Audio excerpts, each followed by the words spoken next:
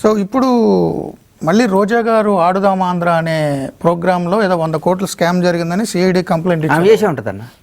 ఆవిడ 100% చేసి ఉంటారు. రోజా గురించి అసలు మీరు వదిలేసేయండి. మీరు నేను వేరే వాళ్ళ గురించి నాకు తెలియకుండా మాట్లాడుతున్నా. ఆమె నాకు తెలుసు కదా, ఆమె స్కాములు, డైమండ్ రాని స్కాములు మామూలు. నన్ను ఇంటర్వ్యూ ముందు బండ్ల గణేష్ ఎవరంటే అదే గొంతు కోసుకుంటాడు అంటదా. అంటే నీకు ఎదురు చెప్పేవాళ్ళు ఉండకూడదు మీకు రోజా గారికి. ఆవిడ 100 కోట్లు కదా, ఆవిడ మీద మొత్తం సిబిఐ ఎంక్వైరీ చేయాలి. ఆవిడ మొత్తం తిరుపతి పైకి కొండ మీద స్వామి దర్శనం తీసుకెళ్ళి డబ్బులు తీసుకునేదన్నా. ఆ స్వామివారిని అట్ట కూడా అమ్మో. మీ సినిమా మనిషే కదా. నేను ఆవిడ గురించి మాట్లాడటం కరెక్ట్ కాదు. ఆవిడ ఒకసారి వేరే ఛానల్ ఇంటర్వ్యూలో నా బాస్ని ఒక మాట అంటే నేను అప్పటి నుంచి ఆవిడంటే నాకు ఎందుకు పడదా ఆవిడ. అవును, పవన్ కళ్యాణ్ గారు ఎప్పటికీ జీవితాంతం గెలవరని చాలా అన్నారు. గేటు ముట్టుకోడు, అసెంబ్లీ గేటు తాకడు. ఆయన ఇప్పుడు ఆయన అనుభవిస్తుంది ఆయన స్థాయికి ఆయన స్థాయిది కాదు, ఎక్కడ తగ్గాలో అన్నాడు చూడండి. ఆయనకు తెలుసు కాబట్టి ఇట్లా ఉన్నాడు. ఆయన ఇంకా స్థాయి ఉంది, ఇంకా అద్భుతాలు చూస్తాం మనం, వదిలేసేయండి. అది గేటు దాటడు. 2 సార్లు ఓడిపోయారు. 2 సార్లు. ఇలా ఏమైంది?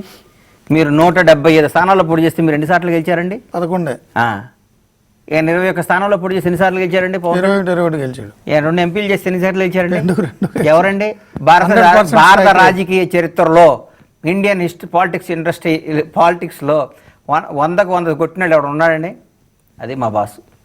మీకు అంతకంటే ఏంటండి? వీళ్ళకి రోజు నేను గొప్ప అని చెప్పుకోవాలా? ఒక దెబ్బ సరి కాదన్నా.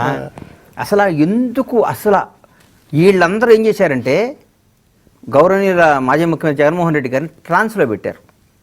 అన్నా నువ్వు కాదు, నా మాట నాన్న, ఇది చెప్తాను మంచి ఐడియా. నువ్వు అసలు అన్నా నువ్వు మనిషివి కాదు, నువ్వు మనిషివి కాదు. ఊరుకోండమ్మా, నేను మనిషిని. మేము ఒప్పుకోమన్నా. ఆడవాళ్ళందరూ సెల్ఫీలు దిగటం.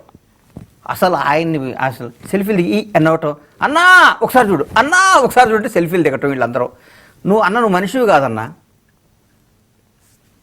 ఊరుకోండి, ఈ మీ చేతులేనా? మీరు మనిషి కాదంటే ఆయన కూడా డౌట్ పడ్డాడు. ఆయన కూడా నేను మనిషిని కాదేమో, నేను వేరే జన్మేమో, అది ఇట్లున్నానేమో డౌట్ పడి ఈ పరిస్థితికి వచ్చింది. అదే రోజా గారు రోజా గారు ఋషికొండ ఇష్యూలో వచ్చినప్పుడు ఋషికొండ పర్యావరణం అది గెస్ట్ హౌస్లు కడుతున్నారు, ప్యాలెస్లు కట్టుకుంటున్నారు సీఎం కోసం. అప్పుడు అది కొండ అనేసరికి ప్యాలెస్ అంటారంటే కొట్టకూడదని. తిరుమల కొండే కదా, వెంకటేశ్వరం లేడా? అన్నవరం కొండే కదా, సత్యనారాయణ స్వామి లేడా? ఋషికొండలో జగన్ ఉంటే తప్పేంటి అన్నారు.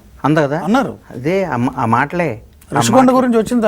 7 కొండల వాడి స్వామికి, సింహాచలం నరసింహస్వామికి, కనకదుర్గమ్మ తల్లితో కూడా కంపేర్ చేశారంటే వాళ్ళ అహంకారం ఏ రేంజ్లో ఉంటుంది. జగన్మోహన్ రెడ్డి గారు అనే ఆయన్ని చెడగొట్టింది వీళ్ళే సార్. వీళ్ళే కేవలం ఆయన నాశనం పట్టించింది వీళ్ళే 100% వీళ్ళే. నువ్వు మనిషివి కాదు. అసలు ఆ ఋషికొండ ఏందండి? అంత ప్రకృతి వైజాగ్ సిటీని ఆ కొండని పిండి చేసి ప్యాలెస్ కట్టడం ఏందండి? పాపంగా సార్.